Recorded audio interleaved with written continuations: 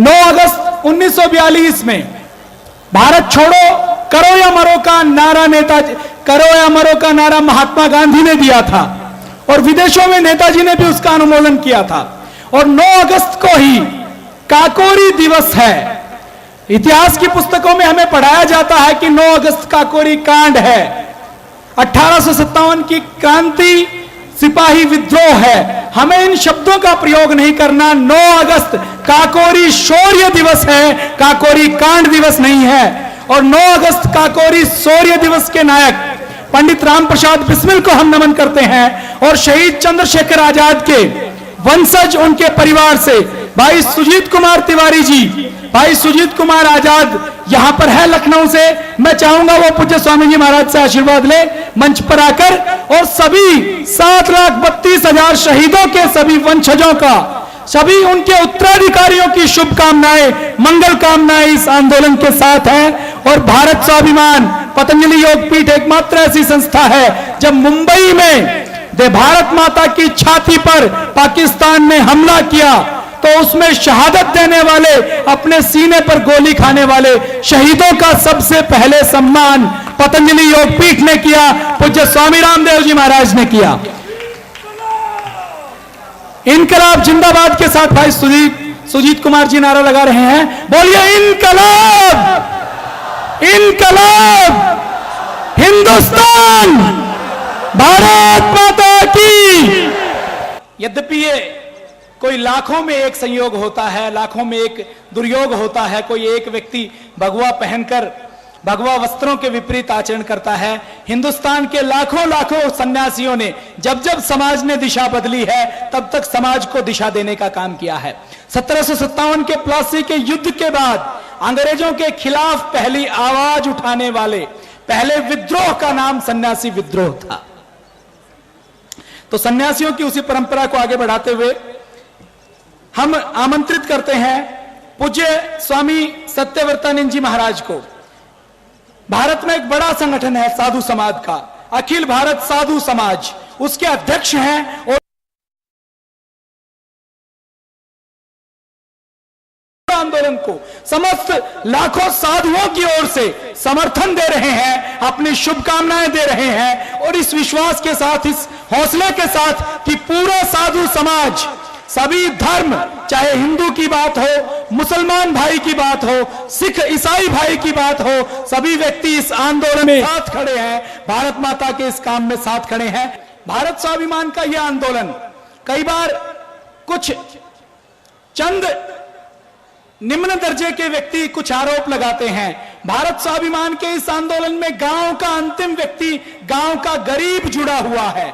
महात्मा गांधी ने आजादी से पहले आजादी की लड़ाई में भाग लेने वाले व्यक्तियों से 25-25 पैसे का सहयोग लिया था और उस 25-25 पैसे के सहयोग से अंग्रेजों को बाहर भगाया था। पूज्य स्वामी जी महाराज की प्रेरणा से भी गांव के अंतिम व्यक्ति 1-1 रुपए, 11-11 रुपए, 21-21, 51-51, 100-100 रुपए का सहयोग इस काम में कर रहे हैं। अपनी खून पसीने की कमाई इसमें दे रहे हैं। जैसे नेताजी के आह्वान पर लोगों ने अपनी पूरी संपत्ति दान कर दी, छोटा दान भी बहुत आया। खून पसीने की कमाई के साथ लोगों ने 1 रुपए से लेकर 100 रुपए, 200 रुपए तक बहुत दिया और बहुत से लोगों ने लाखों रुपए का सहयोग भी दिया। उसी प्रकार से हमारे बीच में भाई दुष्यंत कुमार जी, माता कृष्णा जी यहां पर उपस्थित हैं। वो 7 लाख रुपए का सहयोग इस आंदोलन के लिए देना चाहते हैं। एक बार जोरदार करतल ध्वनि के साथ उनका अभिनंदन। पूज्य स्वामी जी महाराज को समस्त संतों की उपस्थिति में चेक भेंट करेंगे। यह आंदोलन देश के अंतिम व्यक्ति का है, लेकिन इस अंतिम व्यक्ति की लड़ाई में वो समर्थ व्यक्ति भी खड़े हैं, वो धनवान व्यक्ति भी खड़े हैं, जिनके हृदय में पीड़ा है कि देश के 121 करोड़ लोगों को उनका हक मिलना चाहिए। देश के 80 करोड़ लोग जो 20 रुपए से कम प्रतिदिन की आमदनी पर रहते हैं, देश के 40 करोड़ लोग जो भूखे सोते हैं, उनके लिए अपना योगदान दे रहे हैं। तो भाई दुष्यंत कुमार जी का, माता कृष्णा जी का पूरे आंदोलन की ओर से हम हार्दिक आभार व्यक्त करते हैं। और 6,38,365 गांवों की ओर से, 2,45,000 ग्राम पंचायतों की ओर से, ग्राम पंचायतों के व्यक्तियों ने समर्थन दिया और समर्थन के साथ 1-1 रुपया 11-11 रुपया इस आंदोलन में सहयोग दिया। यहां पर जो आप व्यवस्थाएं देख रहे हैं, भोजन की व्यवस्था में पानी की व्यवस्था कोई संस्था कर रही है, भोजन की व्यवस्था कोई दूसरी संस्था कर रही है, तो सबका 121 करोड़ लोगों का यह आंदोलन है। 121 करोड़ लोगों के सहयोग से संचालित यह आंदोलन है। इस आंदोलन के पीछे कोई विदेशी कंपनी, कोई मल्टीनेशनल कंपनी नहीं है। भारत स्वाभिमान का एक प्रकोष्ठ है, कला व संस्कृति प्रकोष्ठ। उसमें सैकड़ों हजारों की संख्या में कलाकार जुड़े हुए हैं जो सात्विक मनोरंजन करते हैं, जो स्वदेशी मनोरंजन करते हैं। आपके बीच में मंच पर पूरा भारत बैठा है। मैं परिचय करवाना चाहता हूं, मंच पर आदरणीय डॉक्टर बलवंत शास्त्री जी हैं, जो राजस्थान के जाने माने समाज सेवी हैं। देश व समाज की सेवा निरंतर 40 वर्षों से कर रहे हैं भाई डॉक्टर बलवंत शास्त्री जी। उनके बगल में भाई सुधांशु जी बैठे हैं, जो उड़ीसा से आए हैं। उड़ीसा जो यहां से सैकड़ों मील दूर है, वहां से भाई सुधांशु जी हैं, उड़ीसा का प्रतिनिधित्व करते हुए। और सुधांशु जी के साथ साथ उड़ीसा के आदिवासी वनवासी भाइयों का प्रतिनिधित्व करते हुए वो लोग भी मंच पर उपस्थित हैं। इसके साथ साथ आदरणीय आचार्य नरेंद्र जी हमारे बीच में है, जो आंध्र प्रदेश से यहां पर पधारे हैं। आंध्र प्रदेश से सैकड़ों हजारों की संख्या में भाई और बहन यहां पर आए हैं। भाई संजय जी मध्य प्रदेश छत्तीसगढ़ के प्रतिनिधि के तौर पर यहां है। भाई संजय जी, जिन्होंने छत्तीसगढ़ में, मध्य प्रदेश में बहुत प्रामाणिकता के साथ योग कार्य को, सेवा कार्य को आगे बढ़ाया है। आचार्य चंद्रदेव जी यहां पर है, जिन्होंने जो लगभग 20 वर्षों से नशा मुक्ति का, समाज सेवा का, गौ रक्षा का, लोगों को, युवाओं को शिविर लगाकर उनके चरित्र के निर्माण का कार्य कर रहे हैं। आदरणीय चंद्रदेव जी का हम अभिनंदन करते हैं, वंदन करते हैं। इसके साथ साथ आपके नीचे मंच पर उपस्थित हैं हिमाचल प्रदेश से भाई लक्ष्मीदत्त जी। भाई लक्ष्मीदत्त जी जो पिछले 35 वर्षों से बड़ी प्रामाणिकता के साथ सेवा कर रहे हैं। भाई मोहन योगी जी उत्तराखंड का प्रतिनिधित्व करते हुए पहाड़ी क्षेत्र से भाई मोहन योगी जी यहां पर हैं। भाई प्रमोद जी आसाम से, आसाम का प्रतिनिधित्व करते हुए हजारों भाइयों के साथ भाई प्रमोद जी यहां पर उपस्थित हैं। भाई राम प्रसाद जी, भारत का एक छोटा सा प्यारा सा प्रदेश है सिक्किम, सिक्किम का प्रतिनिधित्व करते हुए भाई राम प्रसाद जी यहां पर हैं। बहनों की ओर से बहन हेतल जी गुजरात का प्रतिनिधित्व करते हुए यहां पर उपस्थित है। आदरणीय बहन सुधा जी महाराष्ट्र का प्रतिनिधित्व करते हुए यहां पर उपस्थित है। आपकी जोरदार करतल ध्वनि बजती रहनी चाहिए। यह किसी चंद लोगों का आंदोलन नहीं है, यह पूरे भारत का, सभी वर्गों का, सभी मजहबों का आंदोलन है। इसके साथ साथ बहन रेणुका जी हरियाणा से यहां पर उपस्थित है। हमारी झारखंड से बहन सुधा जी और साथ में बहन अनीता जी यहां पर उपस्थित हैं। हरियाणा से बहन सत्या जी यहां पर उपस्थित हैं। आंध्र प्रदेश से बहन मंजूश्री यहां पर उपस्थित हैं। पंजाब से बहन मानसी जी यहां पर उपस्थित है। मुंबई से बहन मेधा जी यहां पर उपस्थित है। आपकी जोरदार करतल ध्वनि के साथ उनका अभिनंदन, उनका स्वागत। महाराष्ट्र से बहन रसिका जी यहां पर उपस्थित हैं। सभी बहनों का प्रतिनिधित्व करते हुए, चाहे संसद में 50% आरक्षण का कानून ना पास हुआ हो, लेकिन हमारे आंदोलन में 50% से अधिक बहनों की भी भागीदारी है। इसके साथ साथ भाई संदेश जी पूर्वी उत्तर प्रदेश से यहां पर उपस्थित हैं। भाई सुरेंद्र जी पूर्वी उत्तर प्रदेश से यहां पर उपस्थित हैं। भाई संपत जी तमिलनाडु से यहां पर उपस्थित हैं। भाई दीपेंद्र जी मध्य प्रदेश से यहां पर उपस्थित हैं। आदरणीय रघुवीर सिंह जी, जिन्होंने आज से 50 वर्ष पहले भारत माता की जय बोलते हुए जेल काटी और सदैव समाज की सेवा कर रहे हैं। पानीपत हरियाणा से वरिष्ठ एडवोकेट हैं, जाने माने समाज सेवी हैं, यहां पर उपस्थित हैं। भाई विवेक जी मध्य प्रदेश से हमारे युवा साथी हैं, जिन्होंने अपना पूरा जीवन भारत माता की सेवा के लिए समर्पित किया है, मां भारती की सेवा के लिए समर्पित किया है, यहां पर उपस्थित हैं। जोरदार करतल ध्वनि से उनका अभिनंदन।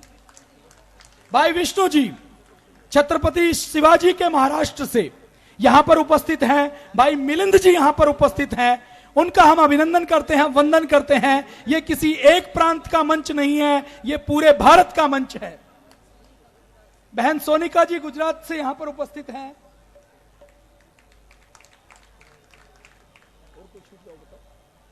इसके साथ साथ हमारी प्रांतीय और जिला स्तर पर, ग्राम स्तर पर जो आंदोलन समितियां बनाई गई हैं, वो सब यहां पर उपस्थित हैं। और सबसे अंत में मंच के सामने जो लोग उपस्थित हैं, जो भारत के अलग अलग हिस्सों से आए हैं, जैसे नेताजी ने एक बार नारा दिया था कि भारत माता को गुलामी की जंजीरों से आजाद करवाना है, तो आप मेरे साथ आओ, मेरे साथ आओ, मेरी आजाद हिंद फौज के सैनिक बनो। मैं तुम्हें सिवा दुख के, सिवा जख्मों के, सिवा तकलीफों के और कुछ नहीं दे सकता। उसी प्रकार स्वामी जी ने आह्वान किया है कि आइए इस अहिंसक क्रांति में, इस मां भारती को आजाद करवाने के लिए, 121 करोड़ लोगों के हक की लड़ाई लड़ने के लिए यहां पर आइए। और आप हजारों की संख्या में, हजारों हजार की संख्या में यहां पर आए हैं दुख तकलीफ सहने के लिए। आप सबके तप को, आप सबके त्याग को, आप सबके पुरुषार्थ को नमन करते हैं। एक बार जो मंच के नीचे बैठे हैं, मैं मंच वालों से अनुरोध करूंगा, उन सब भाइयों के लिए एक बार जोरदार करतल ध्वनि करेंगे। उन मीडिया के भाइयों के लिए जोरदार करतल ध्वनि करेंगे जो सुबह 6 बजे से लेकर यहां पर हमारे इस आंदोलन को देश के 121 करोड़ और दुनिया के 200 से अधिक देशों में पहुंचा रहे हैं। आजादी मूल्य मांगती है, बिना मूल्य के इस संसार में कोई वस्तु नहीं मिलती। नेताजी ने भी ये शब्द कहे थे, उरा की देवी को प्रसन्न करना है तो उसके लिए अपना शीश चढ़ाना पड़ेगा। आजादी की देवी फूलों से प्रसन्न नहीं होती, आजादी की देवी के मस्तक के ऊपर रक्त का तिलक करना पड़ता है।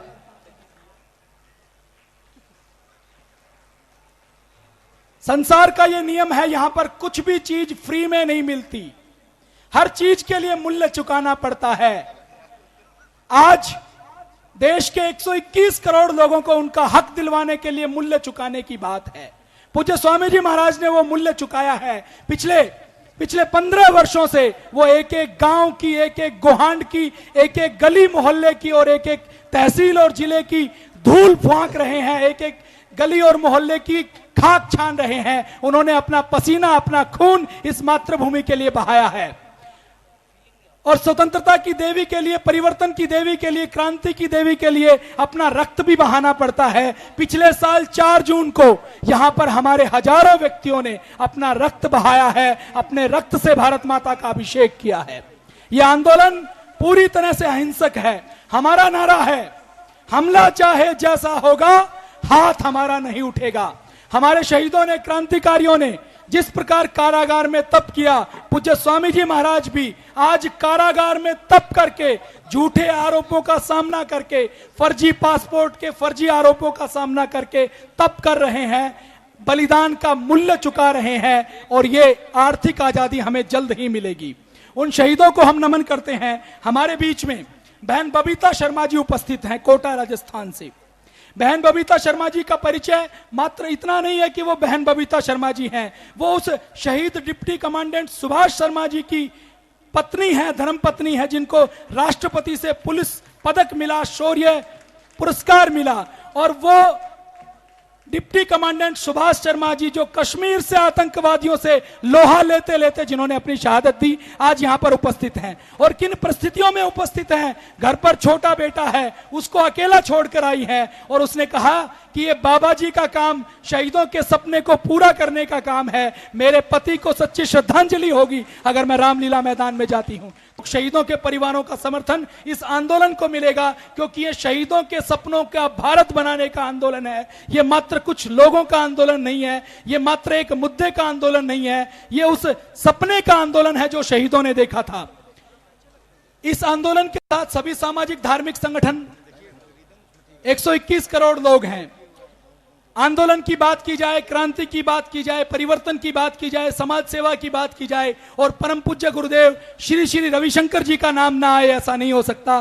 पूज्य गुरुदेव आज किसी कारण से, किसी कार्यक्रम में व्यस्त होने के कारण स्वयं नहीं आ पाए, लेकिन उन्होंने अपने प्रतिनिधि के तौर पर आर्ट ऑफ लिविंग के इंटरनेशनल डायरेक्टर, अंतर्राष्ट्रीय निदेशक भाई महेश गिरी जी को यहां पर भेजा है। हम उनका हार्दिक अभिनंदन करते हैं, वंदन करते हैं। आर्ट ऑफ लिविंग इस आंदोलन के साथ कंधे से कंधा मिलाकर साथ है। आर्ट ऑफ लिविंग के हजारों भाई यहां पर उपस्थित हैं और मुंबई के आजाद मैदान के साथ साथ अहमदाबाद में आज एक अभूतपूर्व नजारा होगा। पूज्य आचार्य देवकीनंदन ठाकुर जी 1 लाख लोगों के साथ आज अहमदाबाद की सड़कों पर अकाले धन और भ्रष्टाचार मिटाओ के आंदोलन को समर्थन देने के लिए शोभा यात्रा और पद यात्रा निकाल रहे हैं। मुझे लगता है कि यह अपने आप में एक इतिहास होगा। जैसा आदरणीय भाई गौतम जी ने बताया, पूरी मीडिया, पूरा देश व दुनिया ये मानता था कि पूज्य स्वामी जी महाराज के आंदोलन की जड़ें हिंदुस्तान के 6,38,365 गांवों तक हैं। हिमाचल प्रदेश, जम्मू कश्मीर, केरल, नागालैंड, अंडमान निकोबार के उन दूर दराज के गांवों तक जहां सरकार की योजनाएं आज तक नहीं पहुंची है, वहां पर स्वामी जी का आंदोलन और स्वामी जी का योग पहुंचा हुआ है। और आज भाई गौतम जी ने जैसा बताया, ट्विटर, सोशल मीडिया में पहले और दूसरे नंबर पर पूरी दुनिया में आपका आंदोलन छाया हुआ है। इसको कोई भी भाई अपने मोबाइल पर, अपने ट्विटर के अकाउंट पर चेक कर सकते हैं। ये अपने आप में पूरे भारत के लिए बहुत गर्व और गौरव की बात है। तो मैं परम पूज्य स्वामी जी महाराज को आमंत्रित करता हूं कि वो हम सबको आशीर्वाद दें, हम सबको मार्गदर्शन दें, हम सबको बताएं कि भारत माता को जंजीरों से मुक्त करने के लिए अब किस प्रकार से आगे बढ़ना है, किस प्रकार से कुर्बानी देनी है, कौन कौन से कष्ट सहन करने हैं, कौन कौन सा तप करना है, किस प्रकार से आगे बढ़ना है, कैसे भारत के 84 करोड़ लोगों के होठों पर मुस्कान आ सकती है, कैसे देश के 40 करोड़ लोगों के भूखे पेट अन्न से भर सकते हैं, कैसे भारत के करोड़ों बच्चों के मुख पर मुस्कान आ सकती है, कैसे भारत के युवाओं को रोजगार मिल सकता है, कैसे भारत की माताओं की आबरू की, भारत की संस्कृति की रक्षा की जा सकती है। एक बार जोरदार करतल ध्वनि के साथ बोलिए भारत माता की।